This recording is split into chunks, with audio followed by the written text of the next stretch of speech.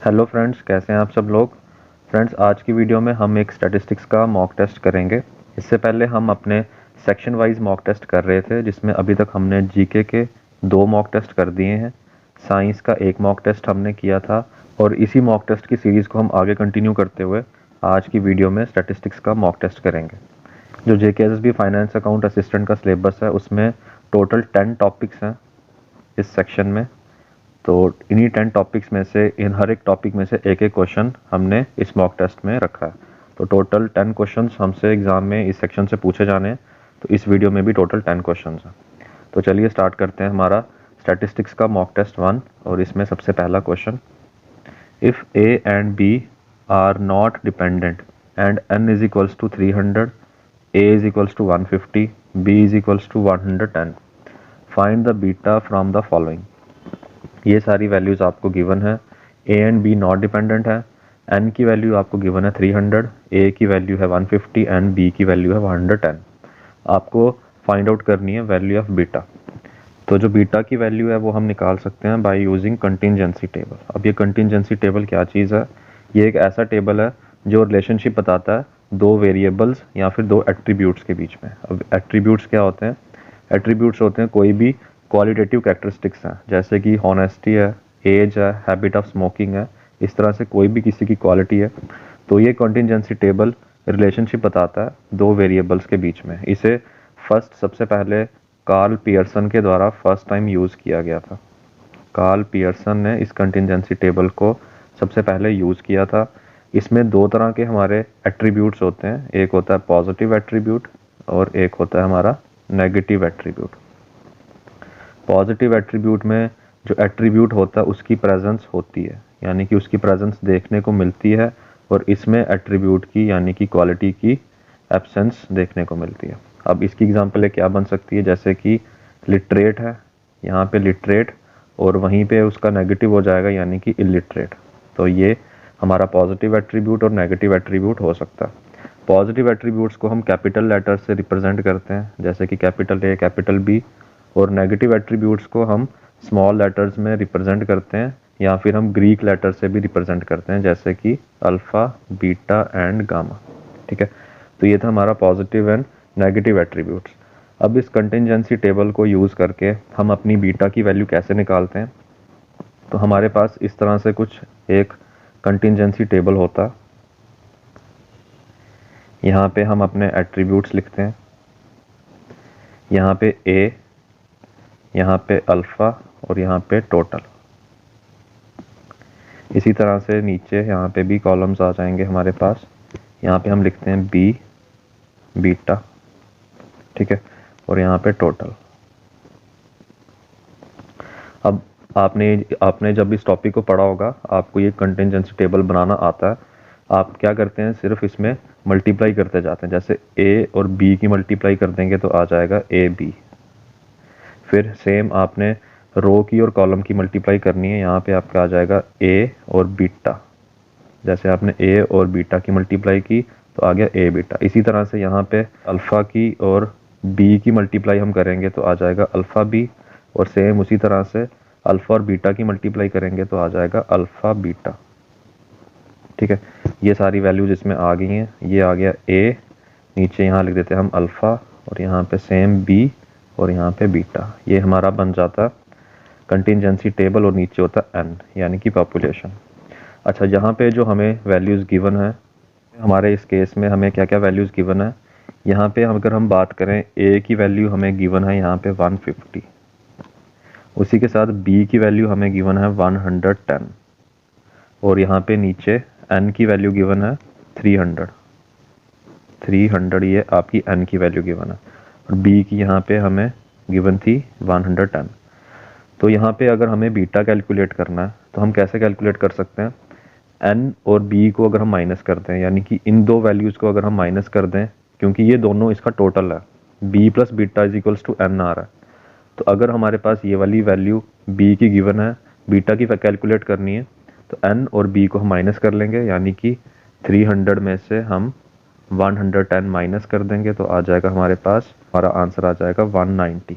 तो इस तरह से हमारी बीटा की वैल्यू निकल सकती है। तो हमने देखा कंटिजेंसी टेबल का कितना ज़्यादा रोल है इन सब वैल्यूज़ को निकालने के लिए।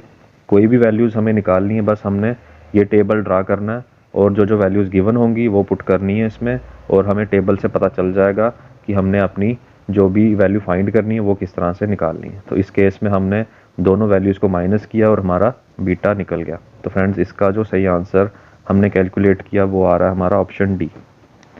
ठीक है फ्रेंड्स, तो जिन बच्चों ने भी इसका जो आंसर कैलकुलेट किया 190, वो उनका बिल्कुल सही है। अब हम मूव करते हैं क्वेश्चन नंबर 2 की तरफ। Median can be graphically computed by, आपको बताना है मीडियन हम इनमें से ऐसे किस मेथड को यूज़ करके ग्राफिकली कंप्यूट कर सकते हैं। तो आपके ऑप्शंस हैं by preparing less than ogive, by preparing more than ogive, by preparing less than and more than ogive, या फिर नन ऑफ दीज। तो आप अपना जो सही आंसर है वो मार्क कर सकते हैं इसमें, फिर हम इसमें आपको जो इसका सही आंसर है वो बताएंगे विद एक्सप्लेनेशन। तो फ्रेंड्स, आई होप आपने इसका आंसर मार्क कर लिया होगा। इसमें हमारे पास एक लेस देन ओ गिव होती है और एक मोर देन ओ गिव होती है, और हम जो मीडियन है वो दोनों ही मेथड से निकाल सकते हैं, लेस देन ओ गिव से भी निकाल सकते हैं, मोर देन ओ गिव से भी निकाल सकते हैं। तो फ्रेंड्स, जो इसका सही आंसर रहेगा वो रहेगा option C, by preparing less than and more than ogive. तो इसमें होता क्या है, हमारे पास एक एक्स एक्सिस और वाई एक्सिस पे, हमारे पास यहाँ पे वाई एक्सिस पे होती हैं फ्रीक्वेंसीज़ की वैल्यू, और यहाँ पे एक्स एक्सिस पे हमारे पास होती हैं लोअर लिमिट की वैल्यू या फिर अपर लिमिट की वैल्यू। तो फ्रीक्वेंसीज़ की सारी वैल्यूज़ और लोअर लिमिट और अपर लिमिट की जितनी वैल्यूज़ गिवन होती हैं वो हम सारी यहाँ पे प्लॉट कर देते हैं, और इसी तरह से फ्रीक्वेंसी की भी। तो उसके बाद सारी वैल्यूज़ प्लॉट करने के बाद हमारे पास कुछ इस तरह से कुछ एक ग्राफ बन जाता है। तो ये हमारा लेस देन ओ गिव का ग्राफ होता है, लेस देन ओ गिव। इसी तरह से हमारे पास एक मोर देन ओ गिव का भी ग्राफ आता है, लेस देन ओ गिव और मोर देन ओ गिव। तो जहाँ पे भी ये हमारी इंटरसेक्ट करती हैं ये वैल्यू हमें देता है मीडियन की। ठीक है, तो ये हम यहाँ से मीडियन की वैल्यू कैलकुलेट कर सकते हैं। लेस देन ओ गिव और मोर देन ओ गिव जहाँ पे भी इंटरसेक्ट करती हैं वो वाला पॉइंट हमें मीडियन की वैल्यू देता है। तो इसमें सेम यही क्वेश्चन हमसे पूछा गया था, by preparing less than ogive and more than ogive we can calculate the value of median graphically. ठीक है, तो ग्राफिकली हम मीडियन की वैल्यू इन दोनों को जहाँ पे इंटरसेक्ट करती हैं, लेस देन ओ गिव मेथड से भी मोर देन ओ गिव मेथड से भी, दोनों से ही हम मीडियन को ग्राफिकली कंप्यूट कर सकते हैं। तो ऑप्शन सी इसका सही आंसर था। अब हम क्वेश्चन नंबर 3 देखते हैं। Schedules are generally filled by, अब शेड्यूल्स जो होते हैं वो जनरली किसके द्वारा फिल किया जाता है, आपको ये इस क्वेश्चन में बताना है। तो आपके ऑप्शंस हैं रिस्पोंडेंट, एन्यूमरेटर, इन्फॉर्मेंट, या फिर बोथ बी एंड सी। अब शेड्यूल्स क्या होते हैं, जनरली कुछ क्वेश्चनेयर्स वगैरह होते हैं जो हमारे फिल किए जाने होते हैं। अब ये फिल किसके द्वारा किए जाते हैं, अब ये फिल करते हैं एन्यूमरेटर्स। अब एन्यूमरेटर्स कह सकते हैं या फिर हम इन्वेस्टिगेटर्स कह सकते हैं। एन्यूमरेटर्स जनरली क्या करते हैं, ये पर्सनली जाके विजिट करके जितने भी रिस्पोंडेंट होते हैं या फिर इन्फॉर्मेंट होते हैं। अब ये जो ऑप्शन ए और ऑप्शन सी है ये दोनों एक ही चीज़ होती हैं, जिनसे हमें इंफॉर्मेशन मिलती है उसे हम इन्फॉर्मेंट कहते हैं या फिर रिस्पोंडेंट कहते हैं। तो ये इन्यूमरेटर्स पर्सनली विजिट करते हैं इन्फॉर्मेंट्स के पास या रेस्पोंडेंट्स के पास, जिससे उन्हें सारी इन्फॉर्मेशन मिल जाती है, और वो जितने भी उनके जो रिस्पॉन्सेज हैं उन्हें रिकॉर्ड कर लेते हैं। ठीक है, उन्हें रिकॉर्ड कर लेते हैं, ये खुद फील्ड में जाके सारा ये डाटा इकट्ठा करते हैं, और इसमें कोई भी गलती की गुंजाइश नहीं होती है। ये मोर एक्यूरेट रिजल्ट्स यहाँ से हमें देखने को मिलते हैं।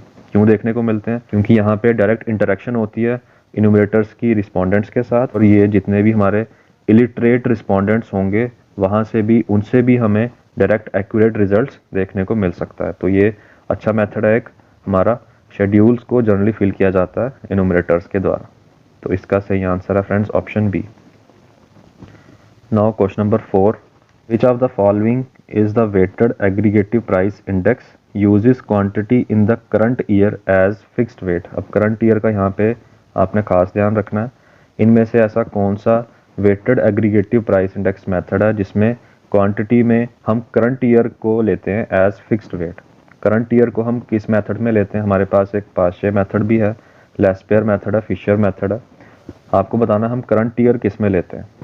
तो करंट ईयर जो हम लेते हैं वो लेते हैं हम पाशेज प्राइस इंडेक्स में। पाशेज में हम लेते हैं करंट ईयर और लेस्पेयर में हम लेते हैं बेस ईयर, ठीक है। लेस पेयर में हम लेते हैं बेस ईयर या फिर हम कह सकते हैं कि लास्ट ईयर, और पास्ट प्राइस इंडेक्स में हम लेते हैं प्रेजेंट ईयर या फिर हम कह सकते हैं करंट ईयर, ठीक है। तो ये हमारा है, हमसे पूछा गया था करंट ईयर किस में लेते हैं, तो पास्ट प्राइस इंडेक्स में। आप इसको इस तरह से भी याद रख सकते हैं, पास्ट में जो फर्स्ट लेटर है पी है, तो पी से हो गया प्रेजेंट। लास्ट पेयर में एल है कैपिटल, इसका फर्स्ट लेटर, तो एल से आ गया लास्ट ईयर, ठीक है। पी से प्रेजेंट ईयर और एल से लास्ट ईयर। पी में पास्ट मेथड में हम प्रेजेंट ईयर लेते हैं और लास्ट पेयर्स में हम लेते हैं लास्ट ईयर। तो इस तरह से भी हम इसे याद रख सकते हैं। करंट ईयर का इसमें पूछा गया था, तो इसका सही आंसर है option A. Now question number 5, probability से एक क्वेश्चन इसमें है।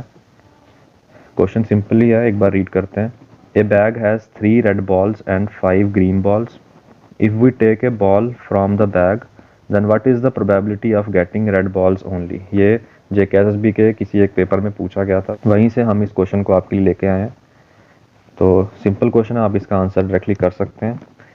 एक बैग में 3 रेड बॉल्स हैं और 5 ग्रीन बॉल्स हैं, यानी कि टोटल बॉल्स की अगर हम बात करें तो टोटल बॉल्स कितनी है, 3 रेड हैं और 5 ग्रीन हैं, तो टोटल बॉल्स होगी हमारे पास 8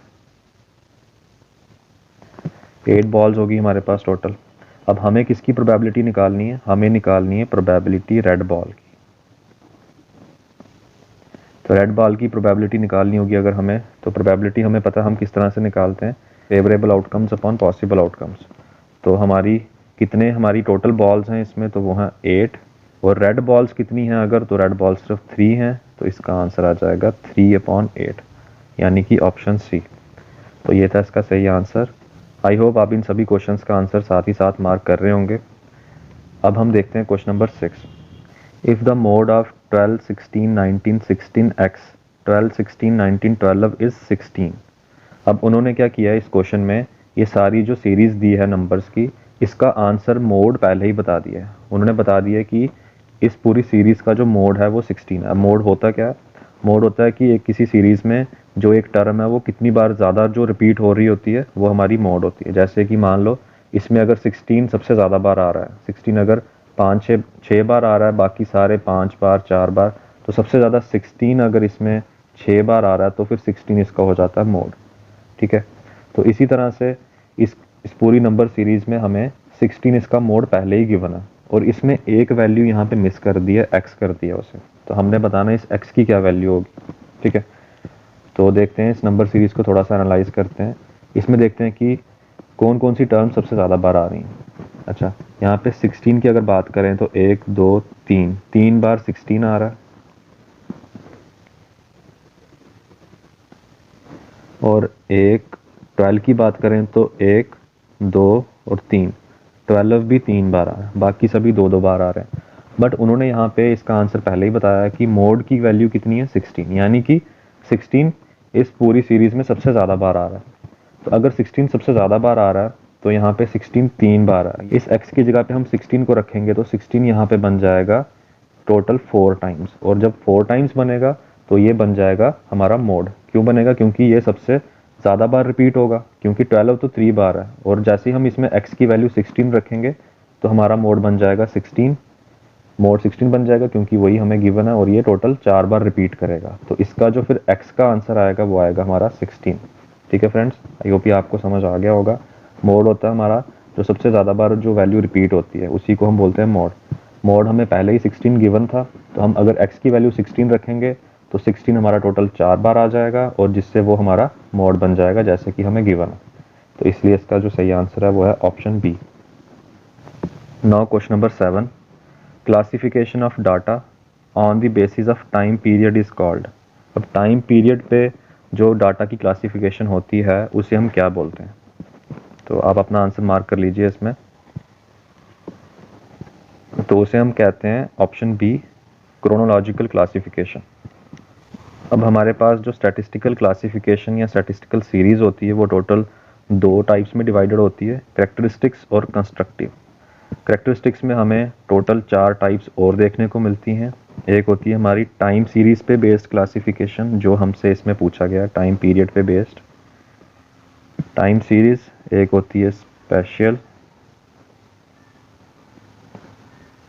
तीसरी होती है हमारे पास कंडीशन और चौथी होती है हमारे पास मैग्नीट्यूड। ठीक है, तो हमसे यहाँ पे टाइम सीरीज़ वाले की बात की गई थी।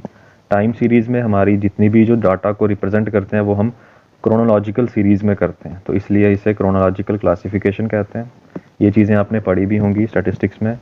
यहाँ पे जो क्लासिफिकेशन होती है on the basis of time occurrence होती है, जैसे कि ईयर वाइज जैसे आते जाएंगे तो 2010 पहले आया तो 2010, फिर 2011, 2012 इस तरह से। ठीक है, तो on the basis of time of occurrences यहाँ पे क्लासिफिकेशन होती है, यानी कि क्रोनोलॉजिकल ऑर्डर में, तो इसलिए हम इसे कहते हैं क्रोनोलॉजिकल क्लासिफिकेशन। बाकी जो स्पेशल वाला क्लासिफिकेशन है, इसमें जो क्लासिफिकेशन की जाती है on the basis of area की जाती है, इसे जियोग्राफिकल क्लासिफिकेशन भी कहते हैं। ठीक है, तो टाइम सीरीज का पूछा गया था, तो इसका आंसर है option B. Now question number 8, in which of the following only decade India's population had shown negative growth. India की पॉपुलेशन ने नेगेटिव ग्रोथ इनमें से किस डिकेड में शो किया था। ये क्वेश्चन इंपॉर्टेंट भी है, बहुत से बच्चों को इसका आंसर मालूम भी होगा। नेगेटिव ग्रोथ रेट हमारी देखने को मिली थी ऑप्शन सी 1911 से 1921 के डिकेड में। इस डिकेड में इंडिया की नेगेटिव पॉपुलेशन ग्रोथ देखने को मिली थी। कितनी नेगेटिव ग्रोथ आई थी, तो वो आई थी 0.31 नेगेटिव 0.31% नेगेटिव ग्रोथ रेट देखने को मिली थी। इसे हम पीरियड ऑफ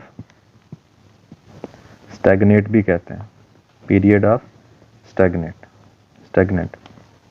तो पीरियड ऑफ स्टैग्नेंट भी हम इस डिकेड को कहते हैं। और 1921 के ईयर को हम डेमोग्राफिक डिवाइड भी कहते हैं, डेमोग्राफिक डिवाइड। तो ये चीज़ें भी इसके बारे में हमें पता होनी चाहिए। तो नेगेटिव ग्रोथ रेट हमारी देखने को मिली थी 1911 से 1921 के डिकेड में। तो इसका सही आंसर था friends option C. I hope आप इन सभी क्वेश्चंस को साथ ही साथ मार्क कर रहे होंगे। अब हम देखते हैं, इसमें एक सेकंड लास्ट क्वेश्चन है हमारा, question number 9, in a region number of males 9000, number of females 11000 and number of births are 250। Now we have to calculate crude birth rate for the region is. हमें इसमें CBR की value निकालनी है, crude birth rate या फिर हम crude fertility rate भी इसे कह सकते हैं, CBR या CFR, इसकी वैल्यू हमें निकालनी है। Number of mails is given 9000 and number of females 11000 and number of birth are 250। CBR का क्रूड बर्थ रेट का फार्मूला क्या होता है, नंबर ऑफ लाइव बर्थ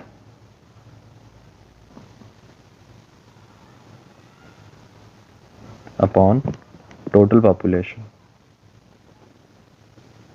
ठीक है, ये हमारा क्रूड बर्थ रेट का फार्मूला है, number of live birth upon total population into 1000। तो ये हमारा क्रूड बर्थ रेट का फार्मूला या फिर क्रूड फर्टिलिटी रेट का। ठीक है, तो इसमें हमारी जो नंबर ऑफ लाइव बर्थ हैं वो कितनी गिवन है यहाँ पे 250। और टोटल पॉपुलेशन की बात करें तो टोटल पॉपुलेशन में हमें नंबर ऑफ मेल्स और नंबर ऑफ फीमेल्स इन दोनों को ऐड कर लेना है। तो नंबर ऑफ मेल्स हैं हमारे 9000 और नंबर ऑफ फीमेल्स हैं हमारी 11000, तो दोनों को प्लस करेंगे, ये आ जाएगा 20000। ठीक है, तो यहाँ पे टोटल पॉपुलेशन हमारी आ गई 20000 इंटू 1000। तो जब हम इसे कैलकुलेट करेंगे तो ये हमारा आ जाएगा 25/2, 25/2 यानी कि 12.5। ठीक है फ्रेंड्स, तो इसका जो सही आंसर था वो था ऑप्शन ए। बस आपको फार्मूला इसका आना चाहिए था CBR का, उस फार्मूले में बस वैल्यूज पुट करके आप क्रूड बर्थ रेट का जो है इसमें कैलकुलेट कर सकते हैं। तो जिन बच्चों ने इसका आंसर ऑप्शन ए लगाया उनका आंसर ये बिल्कुल सही है। अब हम देखते हैं क्वेश्चन नंबर 10, आज की मॉक टेस्ट सीरीज का last question. Which of the following is a test of index numbers. इन ऑप्शंस में से ऐसी क्या चीज़ है जो एक इंडेक्स नंबर का टेस्ट है। तो टोटल इंडेक्स नंबर के हमारे 4 टेस्ट होते हैं। एक होता है हमारा यूनिट टेस्ट, एक होता है टाइम रिवर्सल टेस्ट,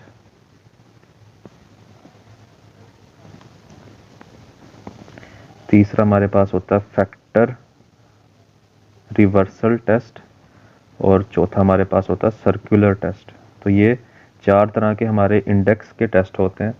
तो इसमें हमें बताना है कि इंडेक्स नंबर का टेस्ट इन ऑप्शंस में से कौन सा है। तो मोमेंट रिवर्सल टेस्ट इन ऑप्शंस जो मैंने आपको 4 बताए इनमें से नहीं है। तो इनमें से क्या चीज़ ऑप्शन में है, तो वो है टाइम रिवर्सल टेस्ट। तो इसका सही आंसर है option C, time reversal test एक इंडेक्स नंबर का टेस्ट है। बाकी जितने भी टेस्ट इसमें दिए हैं वो सारे इंडेक्स नंबर के टेस्ट नहीं हैं, सिर्फ एक टाइम रिवर्सल टेस्ट ही इंडेक्स नंबर का टेस्ट है। तो ये हमें पता होना चाहिए था, 4 तरह के टेस्ट होते हैं इसमें। तो इसका जो सही ऑप्शन था, सही बन रहा था, वो था ऑप्शन सी। तो फ्रेंड्स ये थे टोटल 10 क्वेश्चंस जो हमने स्टैटिस्टिक्स के सेक्शन से किए। तो अब आप कमेंट करके ज़रूर बताइएगा कि आपके 10 में से कितने क्वेश्चंस इसमें सही हो रहे हैं। इससे पहले हम अपने साइंस के मॉक टेस्ट और जीके के मॉक टेस्ट कर चुके हैं। डिस्क्रिप्शन में दिए गए लिंक से आप उन मॉक टेस्ट को अटेम्प्ट कर सकते हैं। तो इसी तरह से हम आपके लिए सेक्शन वाइज मॉक टेस्ट लाते रहेंगे। और भी जो JKSSB में CBT एग्ज़ाम्स हो रहे हैं, वो क्या क्या क्वेश्चंस हमसे JKSSB के एग्ज़ाम में पूछे जा रहे हैं, वो सारी वीडियोस भी हम आपके लिए लेके आ रहे हैं। तो बस आप चैनल को सब्सक्राइब कर लीजिए, अपने फ्रेंड्स के साथ ज़्यादा से ज़्यादा शेयर करें जो भी JKSSB के एग्ज़ाम्स की प्रेपरेशन कर रहे हैं, और वीडियो को लाइक करें। तो फ्रेंड्स मिलते हैं नेक्स्ट वीडियो में कुछ और नए टॉपिक्स के साथ। तब तक के लिए आप मेहनत करते रहिए, पढ़ाई करते रहिए, and have a nice day.